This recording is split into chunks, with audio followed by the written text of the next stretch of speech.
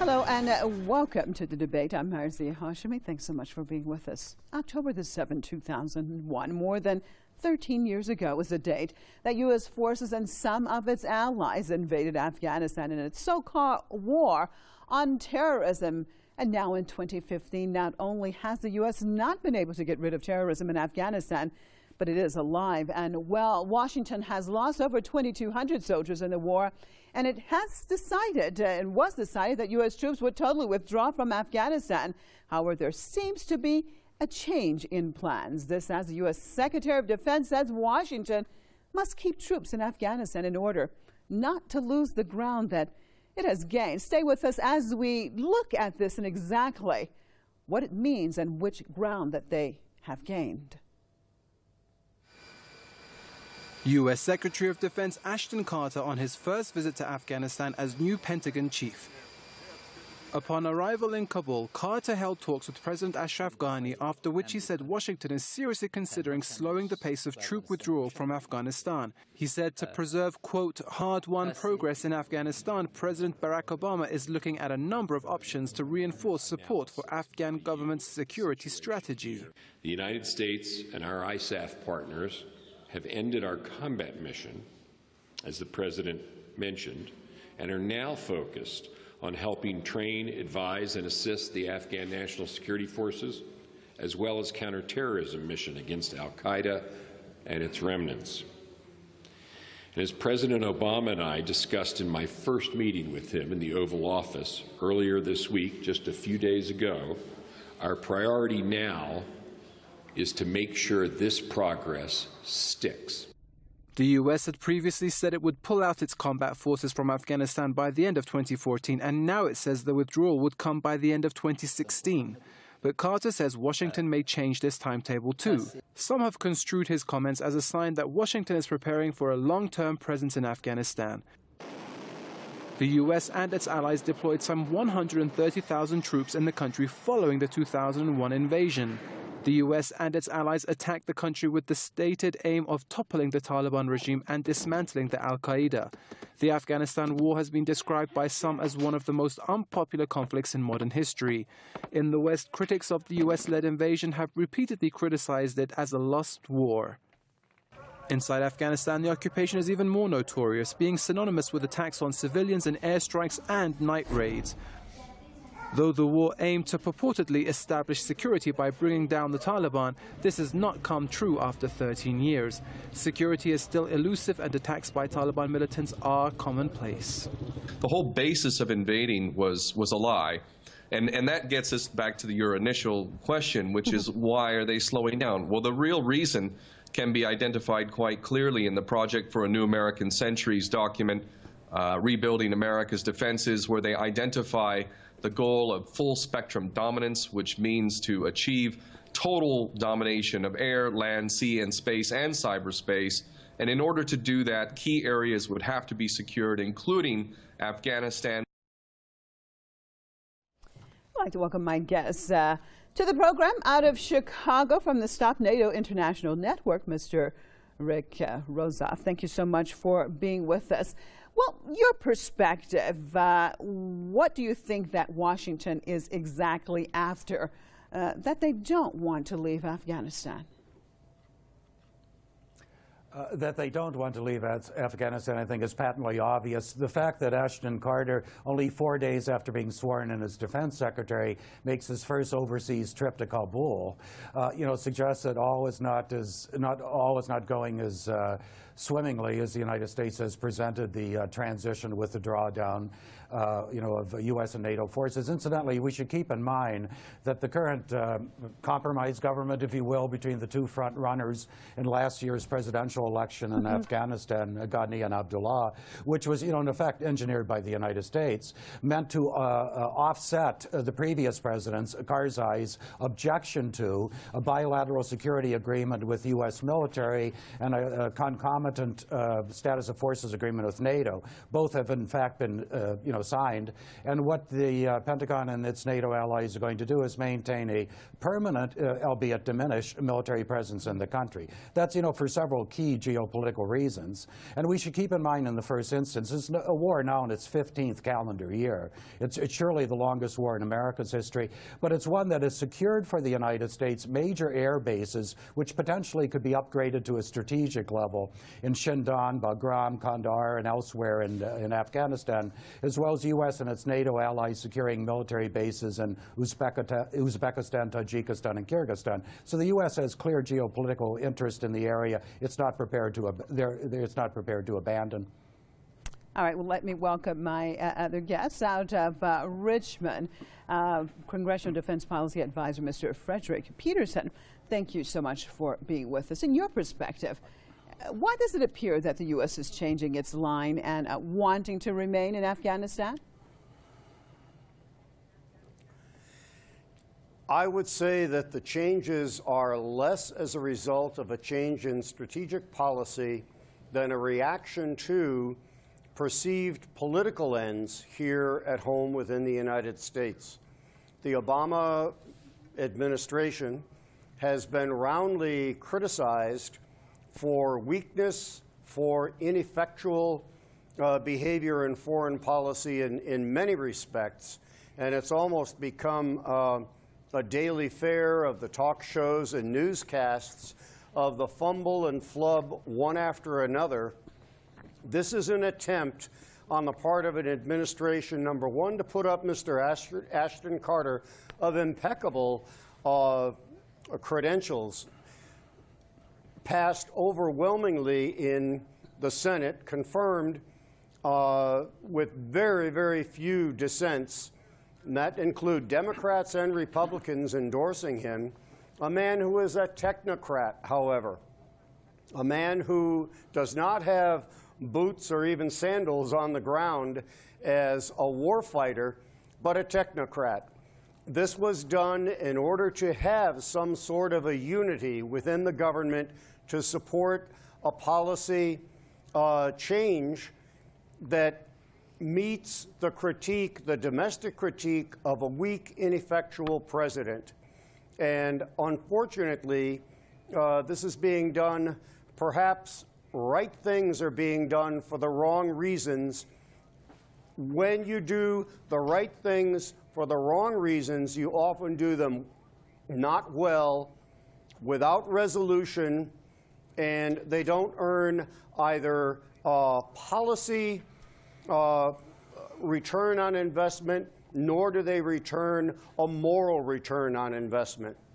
A moral return. Okay, stay with me. A moral return on investment. Let me yes. switch over. Let me go over to Mr. Rozov. Your take on that. A moral return on investment. If we go back from 2001, when the United States invaded Afghanistan, until today, has there been a moral return on investment? Was the investment itself moral in your perspective, Mr. Rozov? A little lower. No, I mean, military actions are not by definition, in the realm of ethics or morality. They're hard, cold uses of force, lethal force.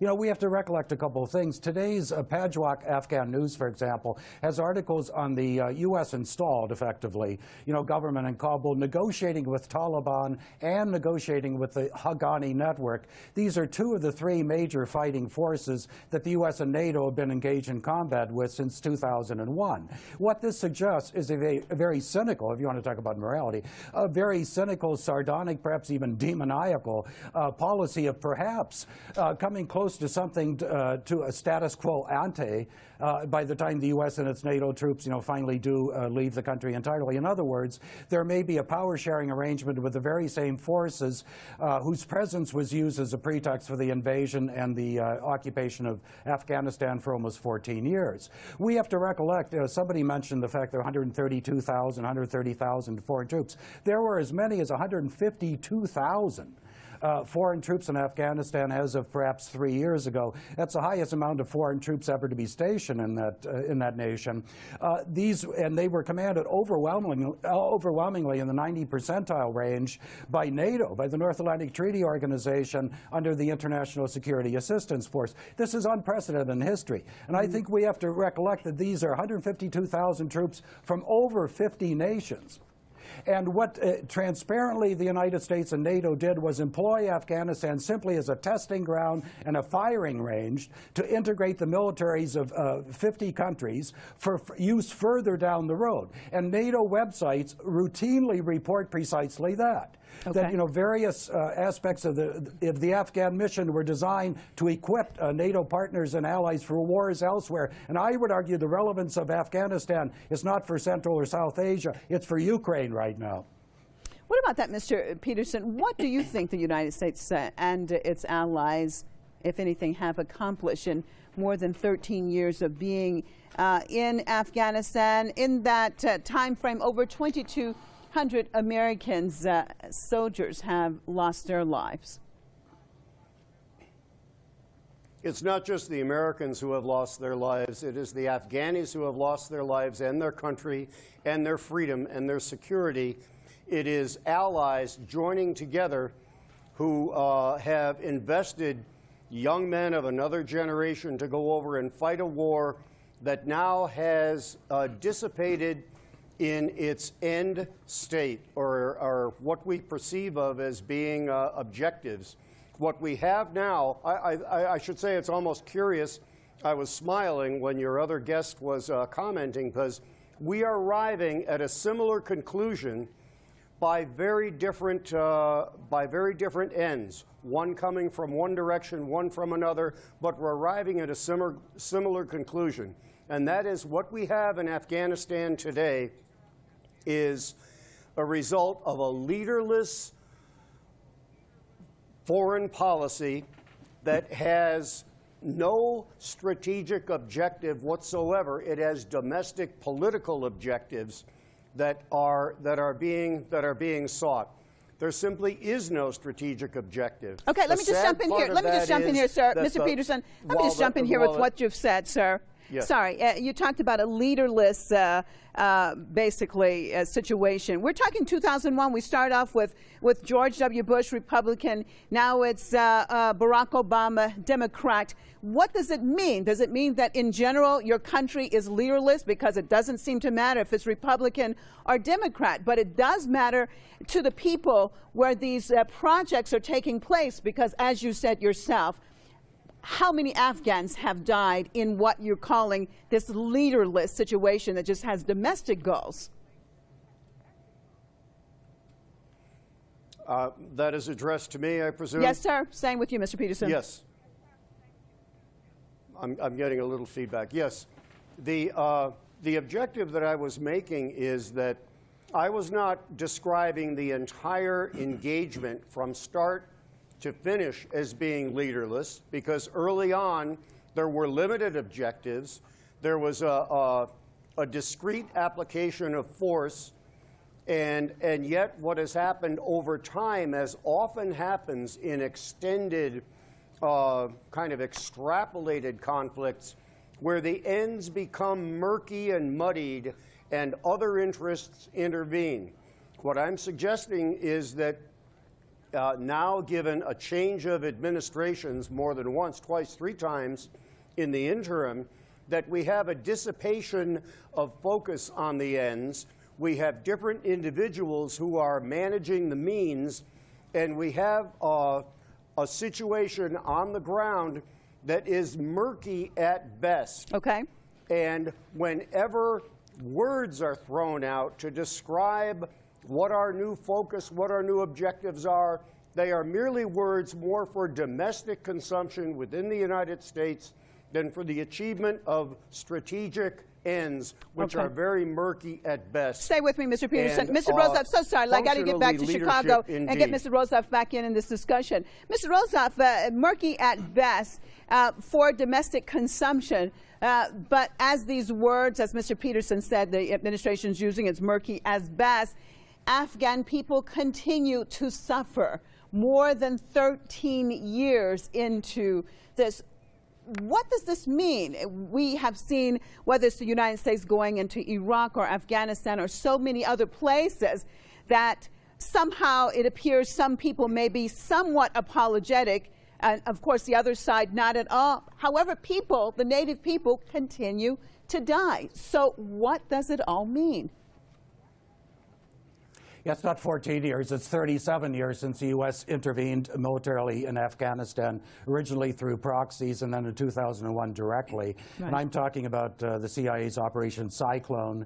Really from 1978 at the very latest onward, the U.S. has meddled in the internal affairs of Afghanistan by supporting military proxies such as the Mujahideen in the 1980s. And we should keep in mind, when we talk about the Haqqani network or the Hezbi Islami Gulbuddin, that Gulbuddin Hekmatyar and Jalaluddin Haqqani were two of the major recipients of U.S. arms and money during the 1980s. Now they're the boogeymen, and we're fighting them. Tomorrow they'll be our allies again. You can trust on it. But, you know, you can trust to that. But what's happened in the meantime is that, as I indicated earlier, Afghanistan is nothing other than a geostrategic laboratory or chessboard for U.S. objectives. I do agree, incidentally, with the other guests, that much of the, you know, we have to keep in mind it's the Obama, not the Bush administration, that pushed up U.S. troop strength to almost 100,000 troops. And I think, you know, the rising or falling of troop levels is politically motivated. There's no question about it. We can't forget the next year is a presidential election year, and that the, you know, the White House would like to, the Obama administration would like to pass the baton of leadership on to somebody from its own political party. There's no question about that. But nevertheless, I want to revert to the you know, to the point I was trying to establish earlier, that if Afghanistan is really past tense now, and I do fear, and by the way, I think the reason that Carter went to Kabul in large part is we can anticipate, as we do each year, a spring offensive in that country by Taliban and allied forces. Right. You'll notice, by the way, in Carter's statement, he didn't say a word about Taliban. He talked strictly about al-Qaeda. My guess is the U.S. and Pakistan is negotiating some sort of deal with Taliban to you know, create a so-called unity government, and you know, but maintaining their military presence in the country nevertheless. Oh, what about that, Mr. Peterson? Are we about to see, again, a sort of a good terrorist, bad terrorist type of act with the United States and Afghanistan, another country, another situation?